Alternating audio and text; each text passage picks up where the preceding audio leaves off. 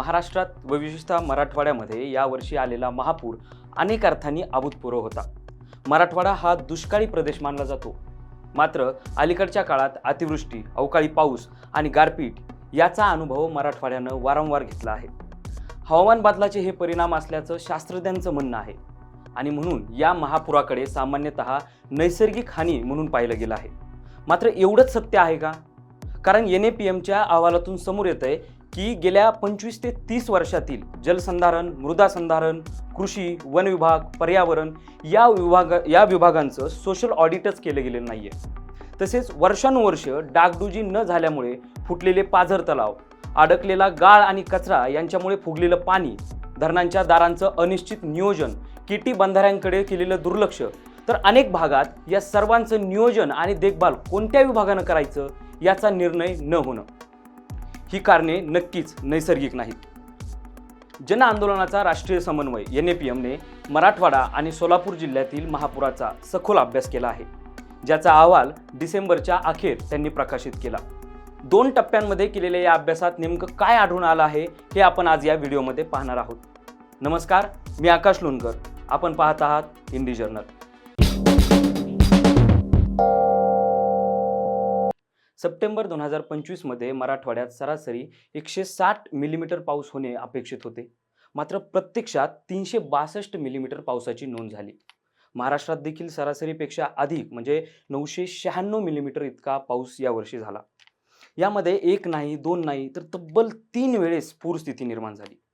आणि यातच 21 आणि 22 सप्टेंबर रोजी झालेल्या अतिवृष्टीमुळे महापूर आला। एकट्या धाराशिव जिल्ह्यात एरवी 600 मिलीमीटर पर्यंत पडणारा पाऊस यावर्षी 974 मिलीमीटर पर्यंत झाला। जिल्हाधिकारी कार्यालयाने दिलेल्या माहितीनुसार धाराशिव जिल्ह्यातील सर्व 42 मंडलांमध्ये अतिवृष्टी झाली। त्यामध्ये सुमारे 4,49,689 हेक्टर शेतीचं नुकसान झालं। 8,000 हेक्टर शेती पूर्णपणे रखडून गेली।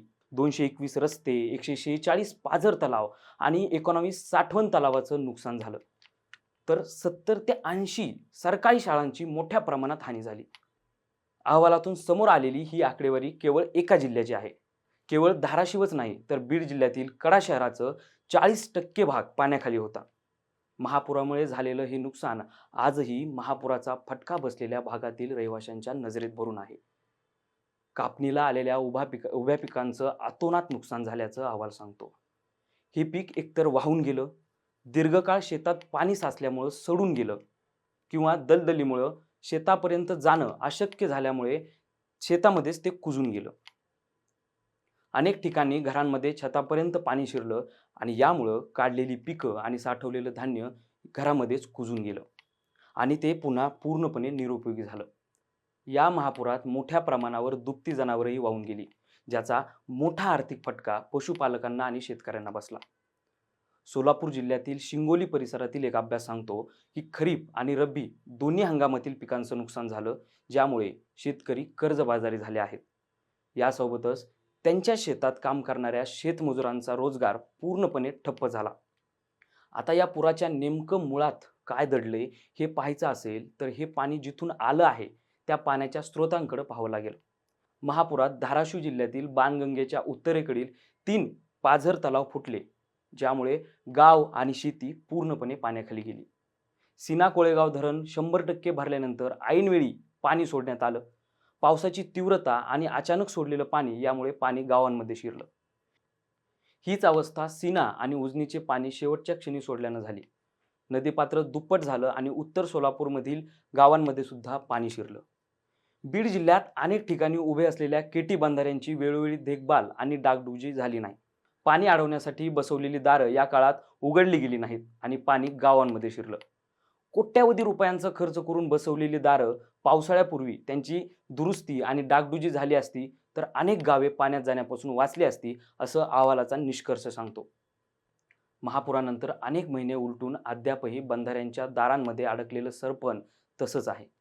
याच भागात मांजरा नदीवर बीड आणि धाराशिव जिल्ह्याला जोडणारा पूल आहे। त्या पुलाची डागडुजी अजूनही झालेली नाही। नुकसान भरपाईची वाट पाहणारा शेतकरी पुलावरून जीव मुठीत घेऊन गावाची, तालुक्याची आणि जिल्ह्याची वेस ओलांडत आहे। बंधाऱ्याची दुरुस्ती कोणी करायची, कोणत्या विभागानं करायची, कोणत्या जिल्ह्याच्या अखत्यारीत हे काम करायचे याबद्दल अद्यापही निर्णय झालेला नाही. दुधना नदीवर अवघ्या 10 महिन्यांपूर्वी बांधलेला बंधारा वाहून गेला. हे निकृष्ट दर्जाचं बांधकाम आणि चुकीचं जलव्यवस्थापन चिंचपूर ढगे आणि वाळवड यासारख्या गावांमध्ये पूर आणण्यासाठी जबाबदार ठरलं. याच प्रकारचे दुसरे उदाहरण धाराशिव जिल्ह्यातील चिंचपूर ढगे या गावात घडलं. गोदावरीची उपनदी असलेली बाणगंगा नदी फुगली. नदीवरील घाट बंधाऱ्यात सरपण अडकलं आणि तुंबलं. बंधाऱ्याने अडवलेलं पाणी गावात शिरलं आणि पूर आला. गावाच्या जवळ असणाऱ्या पाझर तलावांमध्ये पाणी भरलं. मात्र बंधाऱ्यांचे दरवाजे पाणी भरल्यावर कधी उघडायचे याचं नियोजन नसल्यामुळे आणि बंधाऱ्यांची दुरुस्ती न झाल्यामुळे दरवाजे उघडले गेले नाहीत. तर या गावातील गावकरी सांगतात की त्यांना अजूनही सरकारी मदत पोहोचलेली नाही. दुधना नदीवरील 10 महिन्यांपूर्वी बांधलेला बंधारा पाण्याच्या लोंढ्याने वाहून गेला. मात्र याचा अजून पंचनामा देखील झालेला नाही.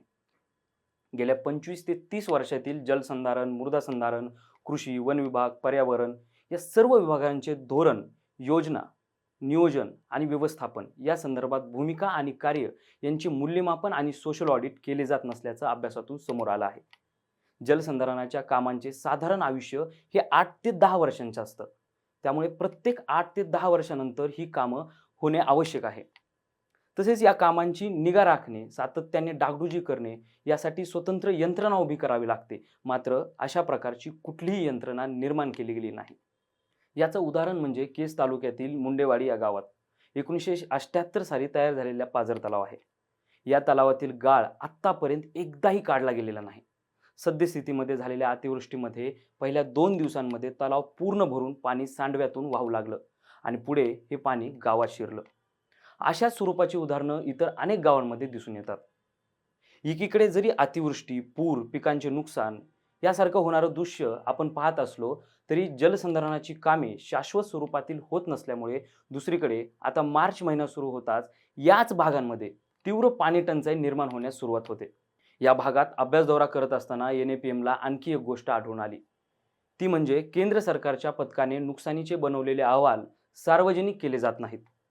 तसेच अगदी तुटपुंज्या मदतीची शिफारस केंद्राकडे केली जाते. या सर्व प्रक्रियेमध्ये जवळपास 6 ते 8 महिन्यांचा कालावधी जातो. त्यानंतर मदत निधीची घोषणा केली जाते. केंद्रात व राज्यात शासनाकडून जी मदत जाहीर केली जाते ती देखील अतिशय अल्प, म्हणजे नुकसानीच्या तुलनेत केवळ 5 ते 10% असल्याचं शेतकऱ्यांचं म्हणणं आहे. या सर्व परिस्थितीमध्ये सरकारने 31,000 कोटींची मदत जाहीर केलेली आहे. प्रशासकीय पातळीवर पंचनाम्यांची प्रक्रिया मात्र अत्यंत संथ गतीनं चालू असल्याचं अहवाल स्पष्ट करतो. ज्यात नमूद आहे की 10%हून कमी बाधितांचे पंचनामे डिसेंबर अखेरपर्यंत पूर्ण झालेले आहेत आणि साधारण 40 ते 50% नुकसानग्रस्तांना आत्तापर्यंत मदत मिळालेली आहे. अहवालात प्रशासकीय पातळीवर आणखी एक गोष्ट गंभीर दिसून आली. अनेक गावांमध्ये महसूल किंवा कृषी विभागाकडून पंचनामे न करता मुख्यमंत्री योजनादूत यांच्याकडून पंचनामे केले गेलेले आहेत. ज्या गावात मुख्यमंत्री योजनादूत नाहीत अशा गावातील बहुतांश नुकसानग्रस्त शेतकऱ्यांना तालुक्याच्या ठिकाणी कार्यालयात स्वतः जाऊन कृषी आणि महसूल विभागाकडे नोंद करावी लागते.